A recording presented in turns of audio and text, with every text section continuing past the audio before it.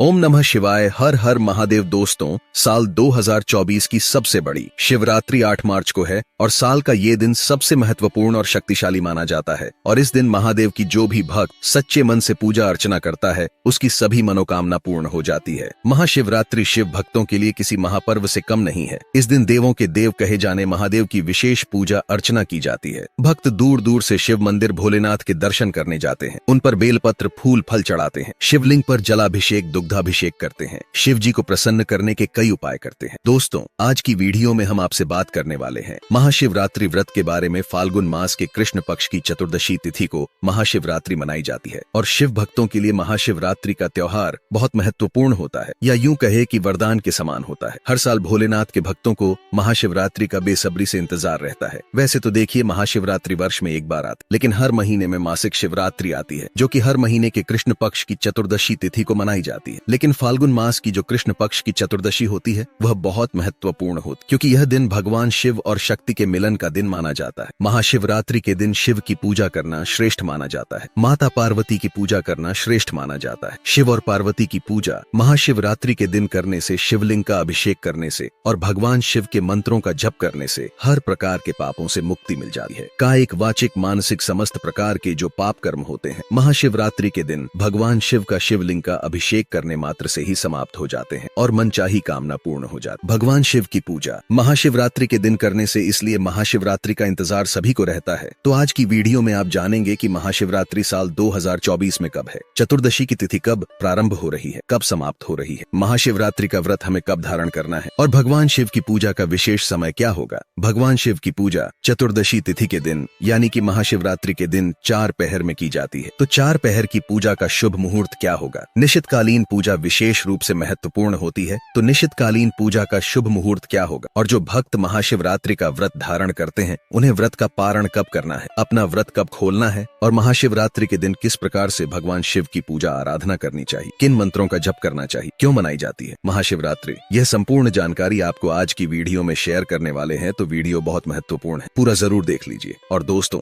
यदि आप भी महादेव को अपना मानते हैं तो इस वीडियो को लाइक करें और कमेंट में हर हर महादेव लिखना न भूले। साथ ही चैनल को भी सब्सक्राइब कर ले। दोस्तों, अब सबसे पहले जानते हैं कि महाशिवरात्रि मनाई क्यों जाती। देखिए, महाशिवरात्रि के विषय में वैसे तो बहुत सारी कथाएं प्रचलित हैं कि इस तिथि के दिन कई ऐसी घटनाओं का वर्णन आता है जिसमें से कहा जाता है कि इस तिथि पर महादेव ने वैराग्य छोड़कर गृहस्थ जीवन में प्रवेश किया था। इस दिन रात में शिव जी और माता पार्वती जी का विवाह हुआ था, इसीलिए महाशिवरात्रि के दिन विशेष रूप से भगवान शिव और शक्ति की आराधना की जाती है। कई पुराणों में इस प्रकार का वर्णन आता है कि भगवान शिव और माता पार्वती का विवाह इसी दिन हुआ था। और वहीं पर दूसरी मान्यता है कि महाशिवरात्रि के दिन शिव जी पहली बार प्रकट हुए थे। भगवान शिव का प्राकट्य ज्योतिर्लिंग के स्वरूप में यानी कि अग्नि के शिवलिंग के रूप में महाशिवरात्रि के दिन ही प्रकट हुआ था। महाशिवरात्रि की रात्रि में अर्धरात्रि के समय प्रकट हुए थे। भगवान शिव शिवलिंग के स्वरूप में यानी कि ज्योतिर्लिंग के स्वरूप में ऐसी भी मान्यता है, ऐसा भी पुराणों में वर्णन आता है कि भगवान शिव इस दिन 64 अलग अलग स्थानों पर शिवलिंग के स्वरूप में प्रकट हुए थे।